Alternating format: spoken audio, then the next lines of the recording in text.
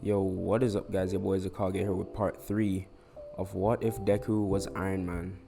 Don't forget to like, subscribe, and let's begin.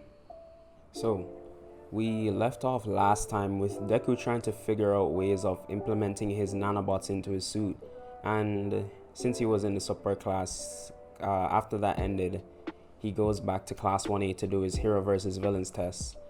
Everyone comes out in their shiny, new, crispy, like hero gear, like hero costumes, except Deku, who is still in his black school uniform. Todoroki asks, "Hey, isn't the uniform gonna restrict your movements? Because it's kind of tight."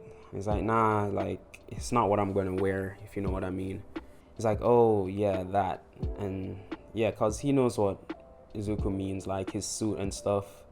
So the teams are chosen, and it's Deku and Uraraka versus Bakugo and Kirishima.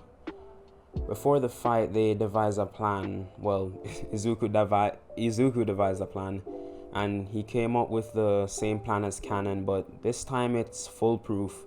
No collateral damage, no nothing.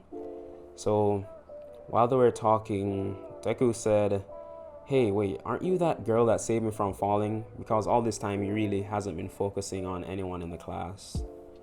So she just nodded slightly, blushing, and he's like, "Oh, alright, yeah, I owe you one for that. I almost died." So after that, they enter the building, and Izuku gives Uraraka an invisibility shield, which, if you guys didn't know, is actually a real thing. It's kind of sick. You can search it up. So as they reach the third floor, they hear explosions heading their way. Bakugo had a grudge against Izuku, and now that his butler isn't around, he's just coming in headstrong, wanting to blast his face off. Or at least that's what he's thinking is gonna happen. He exploded a wall in front of Izuku and Uraraka, and Uraraka hid behind the shield and snuck behind Bakugo to, find the bomb. And Bakugo, seeing Izuku, rushes towards him. He launches two of his most powerful explosions at Izuku, and it caused a few hairline fractures in his arms because, as I said before, he didn't really train. So yeah, Izuku touched his watch and it turned into a ballistic shield at the back of his hand, and he just raised his hand and it just absorbed and dispersed the force from the explosion, basically nullifying it. And Bakugo, when the smoke clears, Bakugo realizes that it didn't even affect Izuku, and he just got irritated and didn't even bother with logic. He just pulled both pins of his gauntlets, and surprisingly, All Might didn't try and stop him. Since All Might trains with Izuku at almost full strength all the time, he knows Izuku can probably handle this, and he's a smart guy, so no worries. Izuku had actually created a suit with the same material from the ballistic shield, and when Bakugo's explosions launched, he opened his arms, absorbing all the force from the explosion and dealing no damage to the building around it. Bakugo was just dumbfounded, like, this is the largest possible explosion he can create, and it just didn't affect him. What? And Izuku just rushes Bakugo, uppercutting him like in canon, but because the suit was bulky, it wasn't any normal hit. Like, Bakugo's jaw, like, just almost broke. Bakugo fell over unconscious, and as Izuku planned, as he hit Bakugo, Uraraka contacted him, saying she founded the bomb room. And it was in the location he had predicted, but he sent her there just to make her feel useful, yeah. So Izuku switched his suit to a less bulkier version and flies through the window up to the floor with the bomb. He flies through the window at the same time. Uraraka manages to touch Kirishima and floating him up to Izuku, who is using 10% of One for All, and punches Kirishima, causing him to drop back to the floor, holding his stomach in pain. Then Uraraka touches the bomb, copying the win for both her and Izuku. So Bakugo and Kirishima get sent to get sent to Recovery Girl, and Kirishima was still holding his stomach, saying, "Oh, it hurts, but that was so manly," and then he just passes out. So Izuku and Uraraka go back to the observation room, and They say Izuku's the MVP since he took down the villains in quick succession and minimized the damage caused by the villains. So after this, Izuku had one more session with the support course before the day ends. He enters the class, and today was sort of a show and tell, basically, showing the class what you've been working on throughout all the classes. So everyone goes up showing, the usual support items, jetpacks, rocket boots, grappling guns, the usual. Then Mei goes up and shows off a robot she had been working on. It basically follows her every move. If she raises one hand, it raises one hand. Stuff like that. And it gave Izuku a kind of idea, but that's on the back burner. He doesn't really waste any memory on it. So Izuku goes and shows his ballistic shield, demonstrating how it absorbs kinetic energy. Like he let a teacher, with a strength enhancing quirk, just punch it and it did nothing. And it was his hardest punch, so yeah. So after that, it was the weekend, and Izuku decided to invite Mei over. And because he actually hadn't showed her anything he's been working on with his suits or anything like that. So they enter his house and all the maids line up, greeting Izuku. They bow, say, "Welcome home, master." Izuku just cringes. Is like, it's all right, guys. You really don't have to be doing this. And then his personal butler comes up. "Oh, sir, I see you have a visitor here." "Yeah, I'll be in my room. Just don't disturb us unless it's important." "As you wish, sir. Would you like me to bring, the rubber?" He's like, What? No, it's not like that." And he just grabs Mei's hand and takes her to the elevator. Up to his room. Yeah, elevator in his house, yeah.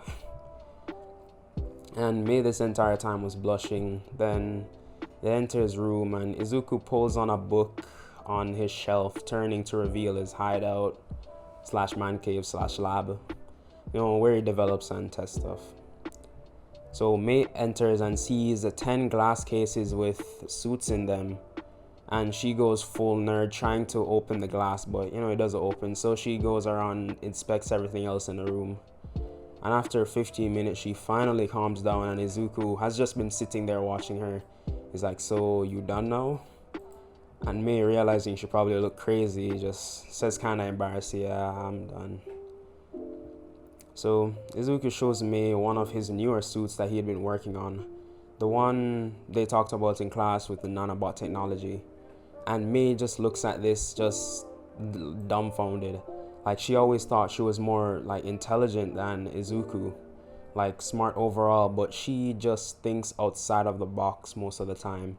That's why he keeps asking her for advice. It's just something his supercomputer brain can't think of, because it's so far-fetched. So she implements some of the same stuff she was doing in class with the robots, controlling their movements, so Izuku can control the suit without even being in it. And yeah, so that happens, and so that day they just spend some time implementing some upgrades to the new suits. And just like how Izuku had analyzed All Might's quirk with a piece of his hair, I would say he'd be able to do that with most quirks. So that's interesting. He implements that as well. And after a long day of work, they go upstairs to get some dinner. He tells his butler to make the chef make something good, something to impress Mei. And the chef, hearing this, is finally like, all his years of training all came to this point. And he's over there flipping stuff, setting the pan on fire, doing the most. And then out comes the food. They sit down at the table, candle dimly lit, and they're just throwing some rose petals also. And everything on the plate is heart-shaped. Izuku just sighs and says, "Why are they like this?" So they have dinner, and dessert is literally a cake in the shape of a heart. I'll probably find some good picture and put it up right now. So that happens, and one of Izuku's driver just takes Mei home, and that's it for the day. The next day he wakes up and his mom is at his door.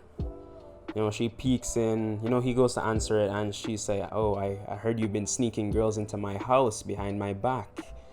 Izuku goes completely red and just slams the door, and Inko walks off laughing to herself. So that day, nothing much happens. He just finishes making the suit, and yeah, he just finishes making the suit. And this suit, if you guys are familiar with the comics, it's similar to the Model Prime, but with a few changes, including nanobots and energy shield. So yeah. So the USJ. Wait, one more thing. Because Izuku's brain is a supercomputer means he can upgrade it like, a regular computer. So he slides in a new GPU, CPU, and increases his memory and storage. Simple. Installs water cooling too. Yeah, why not? So, the USJ. Of course, 13 does her speech, but is interrupted by the villains. Aizawa quickly gives instructions for everyone to stay back, but Bakugo, Todoroki, and Izuku didn't listen. They got out of the way before Kurogiri could teleport them, and they head down, starting to take down villain after villain. Izuku, using his new suit, launches explosions towards the villains, which catches Bakugo's attention. Hey, wait, isn't that my quirk? He was so confused, but he has villains to fight, so he can't press the matter. Shigaraki begins itching, like, why are these kids ruining my plans? Like, Nomu comes out and he's like, Nomu, kill those kids.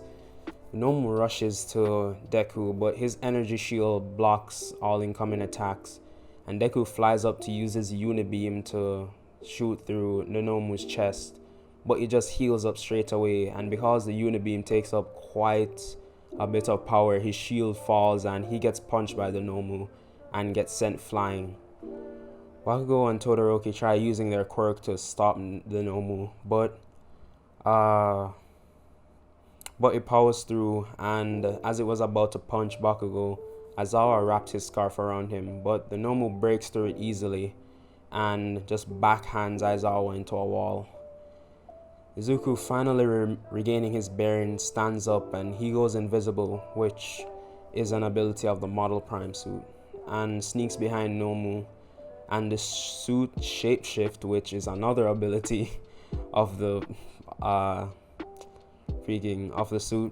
Prime suit, and turns into a suit as big as the Nomu, and Izuku and Nomu began exchanging blows similar to All Might vs. Nomu in canon, but this time more destructive, and it only took 5 hits to defeat Nomu, cause he was using around 35% of One for All in his suit. So he just smashes the Nomu's head So he just keeps smashing on the Nomu's head until it just couldn't regenerate anymore and just drops to the ground dead. Izuku then tries to fire a beam at Kurogiri, who he sees as the biggest threat since he can teleport himself and other people. But since he's just missed, it goes right through him, and Kurogiri is just thinking, I'm missed, but why did that still hurt? It's like, Shigaraki, we gotta go. Shigaraki just keeps itching.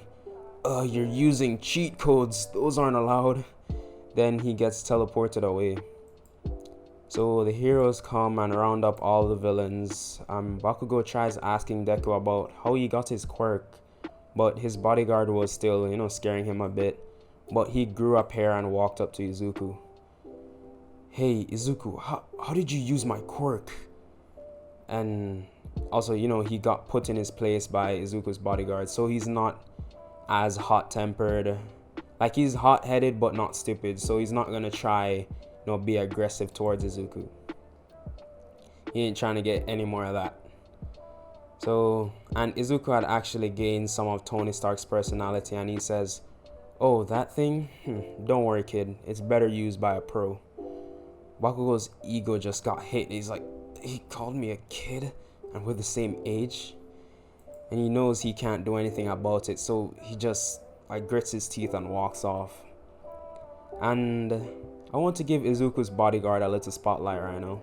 So one of the villains has a quirk similar to Mirio, but he didn't overcome all the challenges with the quirk that Mirio did. So he goes intangible and basically like slips through his bindings. He tries running, but his intangibility wears out because he has to hold his breath and he can't for very long.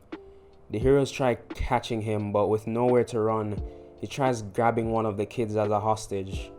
Unfortunately, he tries grabbing Izuku, and his bodyguard grabs his hand and punches him full force, breaking all his ribs, puncturing all the internal organs, and just dropping him on the ground bloody. The heroes just look on the like broken, bloodied body of the villains like, you can't do that. And then they try questioning him, but he just pulls out a badge saying just he's the Japanese version of the CIA. So that happens and everyone is like, what the, like, is that allowed? They're kind of scared, but it's simple with his bodyguard. Don't mess with Deku and you don't get folded. So I'd say the villain survives, but you know, he's bedridden for the rest of his life. And after that, Izuku goes home from the USJ. So they get their little 2-day break. Nothing really happens. And they're back in school. And Aizawa tells them about the sports festival. Hearing this, everyone was a bit excited. You know, they get to show off their quirks, but Izuku, with some new intel, he was kind of wary of it because someone in class 1B actually has a quirk to, like, I'm just making this up. Someone in class 1B actually has a quirk to, you know, like turn off all, disrupt all electronic devices. I don't know how he's in class 1B with such a crap quirk, but yeah, sure. So Izuku is just thinking like, this is the first time he's actually doubting himself. Like, will he be able to, you know, get through this? So, will he? I guess you'd have to find out in part 4, because that's where I'm gonna leaving this one off. Thank you guys for sticking to the end of the video. I hope you enjoyed, and I'll see you in the next What If.